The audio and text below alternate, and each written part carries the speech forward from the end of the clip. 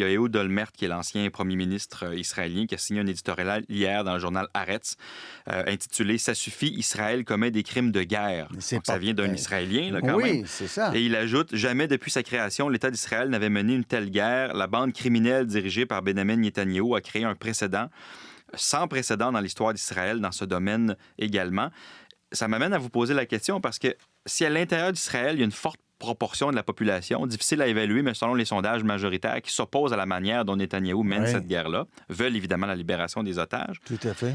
Qu'est-ce que le Canada peut faire alors qu'on n'a pas d'emprise sur la politique de Netanyahou? Pourquoi Mark Carney pourrait faire quelque chose que les Israéliens ne sont pas capables de faire? Mais pensez-y 2 instants. Si on ne le fait pas, ça veut dire qu'on se tait. Est-ce qu'on doit se taire devant de telles situations? Trop longtemps dans l'histoire de l'humanité, il y a des gens qui sont restés silencieux face à des crimes qui se préparaient. On a connu ça dans les années 30. C'est douloureux comme souvenir.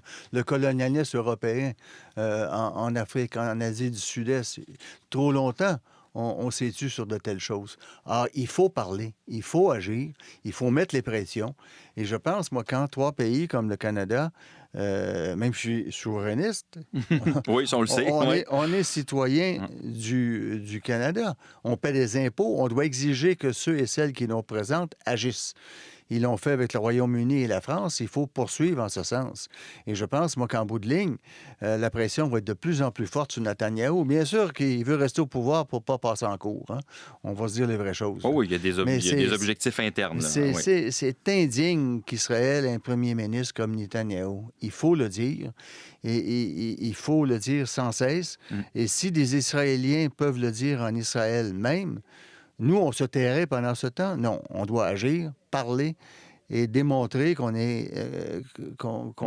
appuie ces gens-là et surtout les Palestiniens qui subissent tous les crimes commis par Israël et qui subissent le Hamas aussi.